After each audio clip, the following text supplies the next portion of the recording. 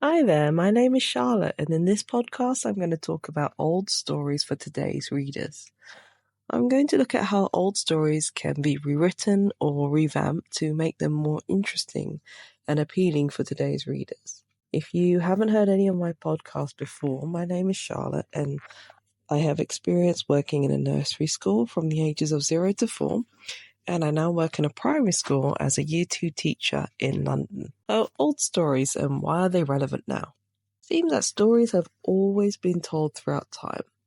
There are quite a few familiar and famous old stories, such as fairy tales, nursery rhymes, folk tales, and myths and legends. And these types of stories are old and are probably the first kinds of stories that you learn as a child. There's stories about heroes and villains, good versus evil, and usually, by the end of the story, the good prevail. They win the fight, or they defeat the monster and the bad guys. Some of these stories also have an ethical or a moral meaning to them.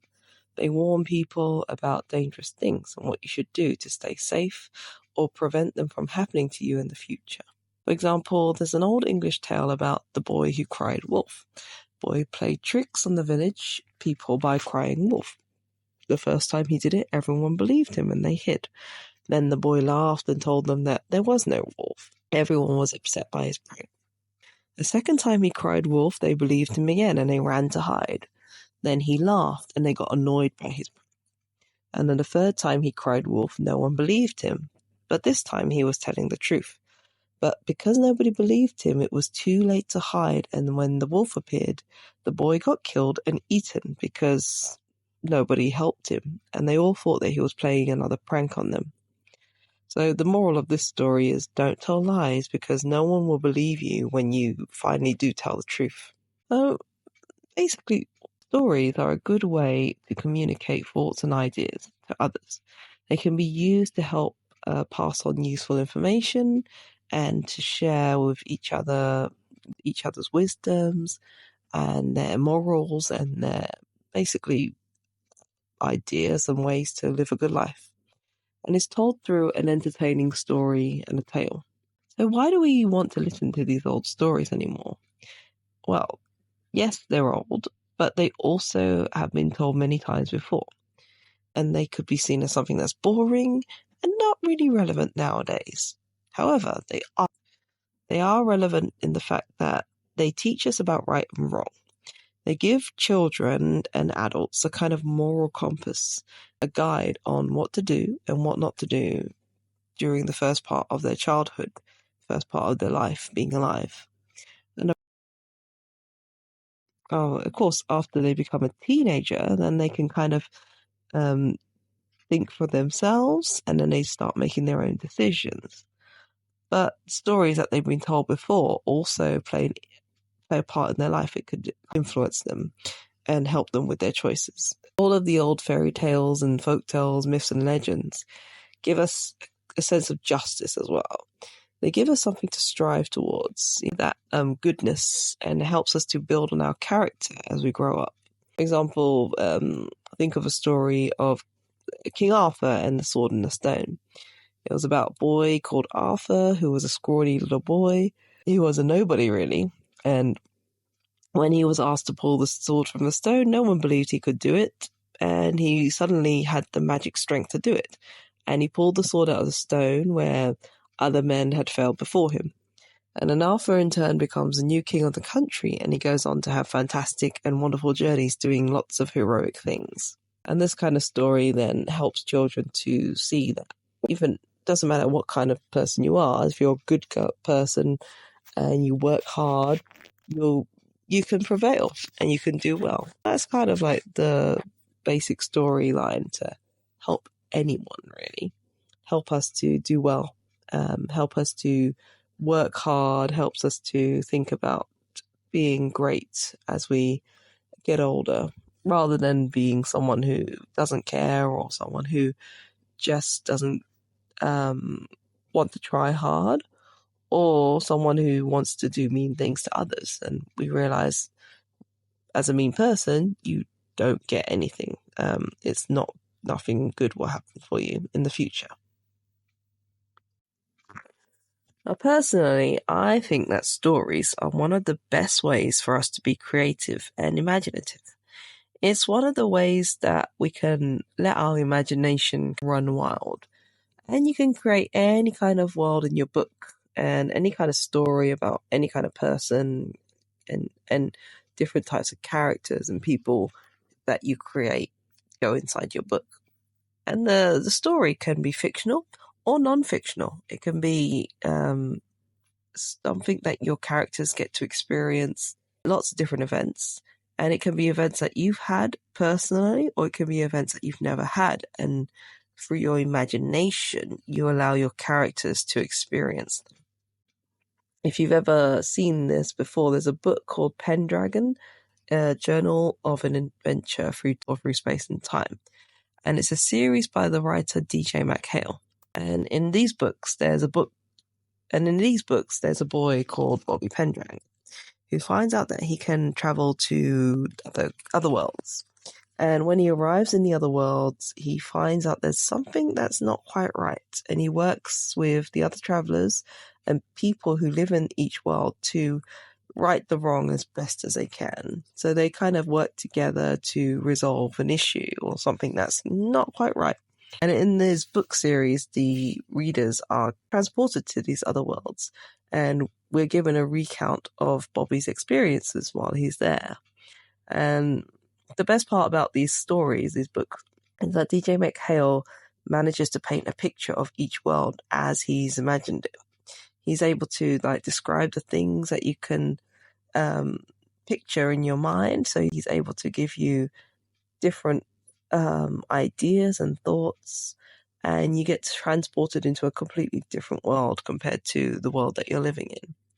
You also then get to read about Bobby's journey and the things that he does to help the people in each world.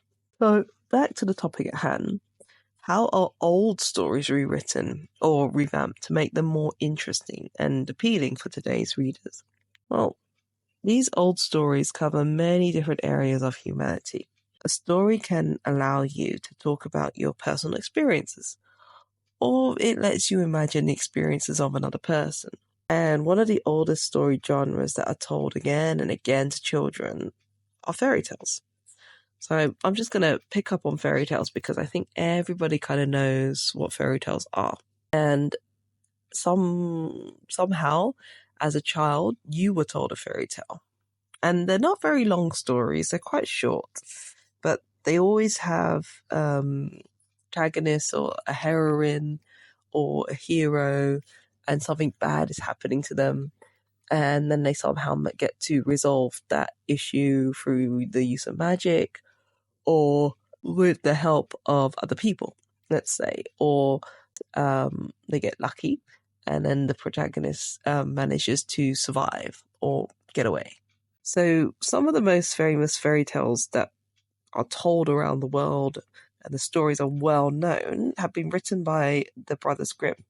Now, they actually collected their stories from Germany, and they collected lots and lots of different fairy tales and the different short stories from people in Germany. And then they managed to put those books and those stories into a big book, and they passed them on to others so they could read it. And then the stories were told to children over and over and over again. And over the years, the stories made their way to the UK and all across Europe and across the pond to America, and maybe even down south in Australia. And then they were retold in different languages, so people around the world and in other countries could then read the stories. Again, they probably have a similar ending, especially if they were read to children. The endings would have probably been changed to make it more child-friendly, let's say. So the stories all had a moral included inside them, and it was to remind us to be vigilant of strangers, not to trust them, remind us to take care of others and be a good person, because at the end of the story, good overcomes evil and good people win and the evil people didn't. So just to name a few of their favorite stories from the Brothers Grimm, There's stories like the Little Red Riding Hood. The Little Red Riding Hood story. This is a very famous one. I'm sure everyone knows it. There's the story of Hansel and Gretel, story of Rapunzel as well, and Rumpelstiltskin as well. Of course, there are lots more other stories, but these are just to name a few, and I'm sure everyone, or most people, would be the most familiar with these books. And they're kind of the ones that have been told and retold by everyone. You tell it to your child then tells it to a friend, their friend tells it to another friend, then they all sit together. The teachers might talk about it with them in class, and then they basically learn the story. And it's quite funny because they learn it as a child, and then as they get older, they don't really think about that story ever again until they had their own children, and then they remember these stories, and then they tell them and they pass it on. So it's quite nice that stories are passed on orally, and traditionally they are oral stories. In the past, we didn't write things down. Everything was told through song, dance, and told in the story. Again, just another way of passing on information. If it's told in the story, it's more memorable as well.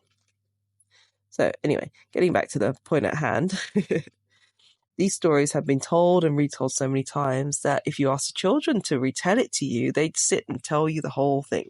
And they'd always give you the PC version, the one that's nice and everyone wins, or all the good people win at the end, and the evil person either gets killed or hurt or maimed or put in jail or something.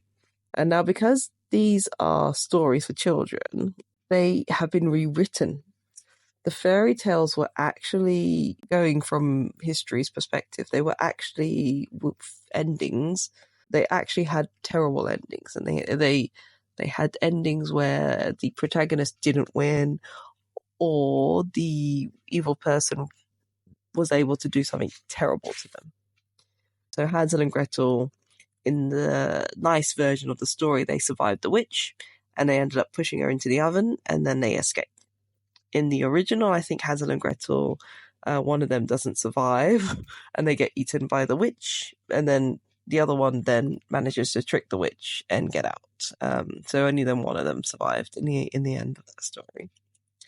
In Little Red Riding Hood, the friendly, child-friendly one, she saves her grandma from the big bad wolf. She gets the help of the woodsman, who hears her screaming, and he runs to her rescue, chops the wolf or kills the wolf, and then gets grandma out of the wolf's stomach. And I think that's the friendly version. In the not so friendly version, I think she also gets eaten by the wolf.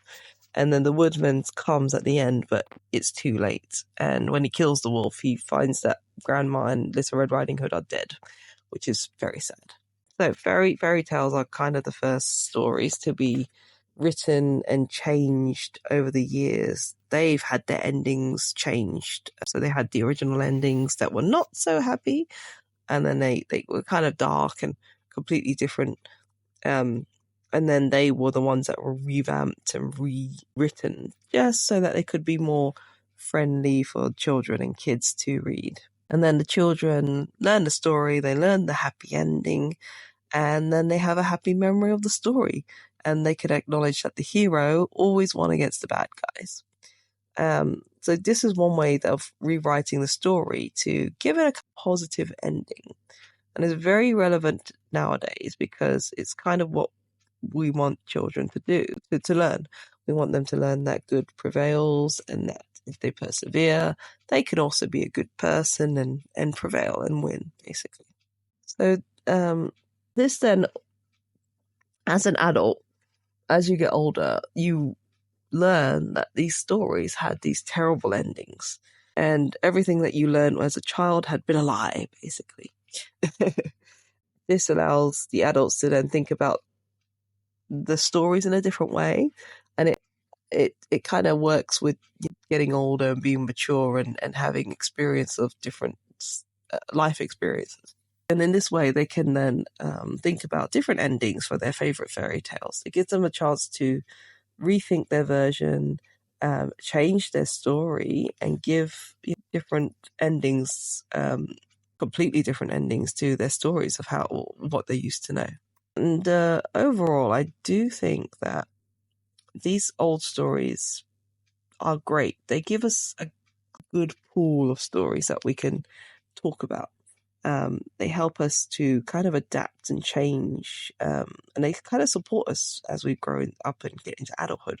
When as a child, we all learn one nice ending to the story, and because we then know the story so well, we can then take that idea and think of different versions and endings and ways to retell the story and make it accessible for all kinds of people as we get older.